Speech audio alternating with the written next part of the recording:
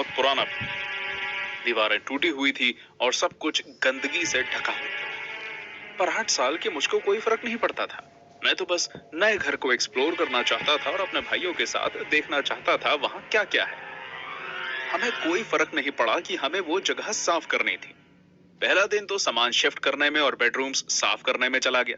मेरे भाई और मैं बहुत एक्साइटेड थे जब हमें पता चला कि हमें फाइनली अपने कमरे मिलने वाले। हमने पूरा दिन अपने कमरे सजाने में लगा दिया। एडम, मेरे 12 साल के सबसे बड़े भाई को बेडरूम मिला जो मम्मी पापा के रूम जितना बड़ा था। एरिक, मेरा 10 साल का भाई, मेरे परिवार का बीच का बच्चा, उसको भी अच्छा कमरा मिला जिसमें खिड़की से पूरा आस पड़ोस दिखता था।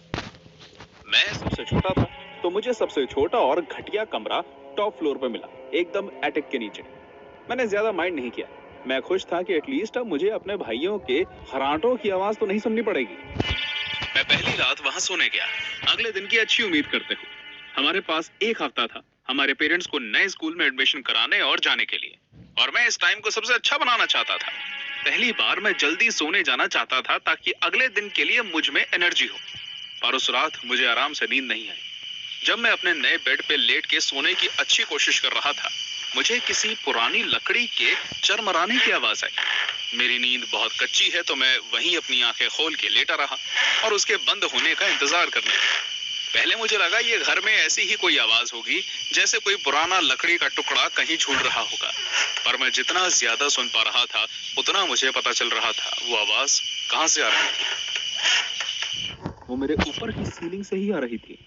अंधेरे में अपनी आंखें एडजस्ट करने के बाद मुझे धब्बेदार सीलिंग कुछ दिखनी शुरू हुई और नोटिस किया कि जितनी बार भी वो आवाज आती उसके साथ सीलिंग पे से कुछ मिट्टी भी गिरती। सीलिंग में चूहे होंगे, मैंने सोचा, या शायद रकून्स। मैं हमेशा से एक पास से देखना चाहता था। मैं एटिक को अपने नेक्स्ट दिन की टू डू लिस्ट में डाल आया। अगली सुबह मम्मी पापा के ऑफिस जाने से पहले मैंने उनके साथ ब्रेकफास्ट किया। जब वो चले गए, एडम और एरिक ने मुझे खाना खत्म करने से पहले ही तुरंत ही टैग हो गया और उसके बाद लगभग 1 घंटा इतने बड़े बैकयार्ड में अपने भाइयों को टैग करने की कोशिश में लग गया। पहले तो वो मुझ पर हंसे और मेरा मजाक उड़ाया, पर फिर मेरे लिए बुरा फील करने लगे और गेम बंद कर दी। जब गेम खत्म हुई तब मैं घास पे लेटा हाँफ रहा था और मेरे भाई मेरे साथ बैठे मेरी सांस में सांस आने का इंतजार कर रहे थे। जब मैं ठीक हुआ, उन्होंने मुझसे पूछा अगर मुझे और खेलना है, तो मैंने उन्हें कहा कि अच्छा होगा कि हम कुछ और खेलें, ऐसा कुछ जिसमें हम तीनों को खेलने में मजा आए।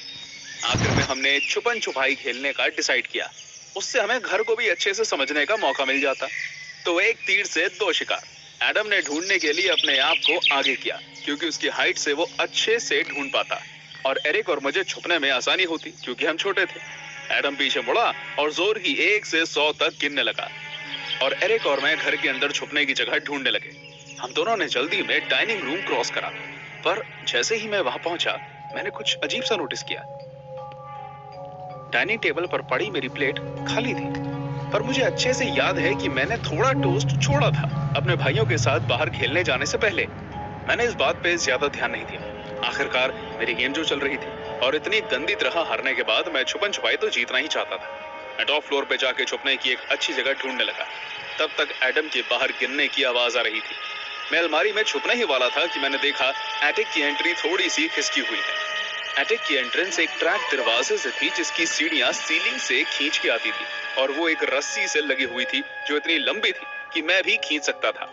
पहले मैंने सोचा एटिक सबसे अच्छी जगह होगी छुपने के लिए।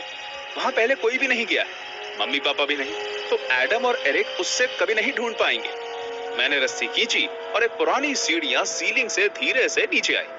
उन सीढ़ियों की उम्र के हिसाब से मैं बहुत प्यार से उन पर चढ़ा और ज्यादा भार न रखने की कोशिश की ताकि गलती से टूट ना जाए। जैसा मैंने सोचा था वो उससे बहुत ज्यादा मजबूत थी और उन पर कोई मिट्टी भी नहीं लगी थी। मैंने अपना सर एटिक में डाला ये देखने के लिए कि वहां कोई अच्छी छुपने की जगह है, लेकिन मैंने जो देखा वो मैंने कभी नहीं सोचा था। पूरी जमीन पे जंक फूड के खाली बैग्स और रैपर्स पड़े थे। वहां पे टोस्टेड ब्रेड के क्रम्स भी पड़े थे जो एटिक के अंदर जा रहे थे। मुझे टोस्ट खाने की आवाज भी आ रही थी जैसे कोई उस एटिक में खा रहा हो। मुझे लगा शायद वो कोई रकून होगा जो मुझे एक रात पहले सुनाई दिया था। मैंने टोस्टेड ब्रेड क्रम्स की लाइन को अपनी आंखों से फॉलो किया और आंखों को अंधेरे में एडजस्ट होने का वेट किया। डर के मारे मेरा खून जम गया जब मैंने अंधेरे में उस चीज को देखा जो एटिक में छुपी थी। रैकून की जगह मुझे एक आदमी दिखाई दिया, एक आदमी जिसने मैले कुचैले कपड़े पहने थे और वो न्यूज़पेपर की गद्दी के ऊपर बैठा था जिसे उसने अपना बेड बना रखा था, और वो अपने हाथों से मेरे बचे हुए टोस्ट को खा रहा था। हैरानी के कारण मेरे मुंह से हांफने की आवाज आई, और जैसे ही मैं हांफा, उस आदमी ने मेरी तरफ अपना सर घुमा लिया और अब मैं पहली बार उसका चेहरा देख पा रहा था। उसकी गंदी और मैली दाढ़ी में ब्रेड क्रम्स और जुएं लगी हुई थी और उसकी हालत देख के लग रहा था जैसे उसने सालों से कुछ नहीं खाया हो।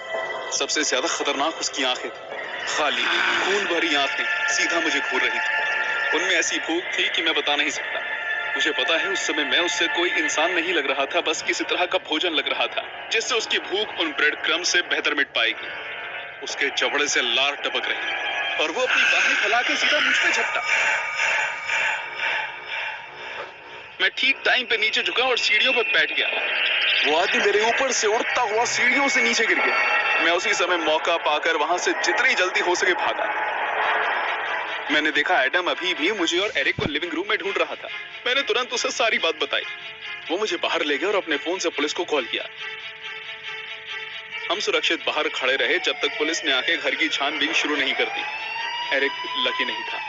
जब पुलिस ने उस घुसपैठिए को ढूंढने के लिए घर में खोजा, उन्होंने देखा वो आदमी मास्टर बेडरूम में एरिक के शरीर से आंतड़ियां निकाल चुका था, उसी चाकू से जो उसने किचन से चुराया। वो मेरे भाई के पेट में एक बड़ा कट मार के उसके अंग एक एक करके निकाल रहा था और उन्हें किसी भूखे जानवर की तरह खा रहा था।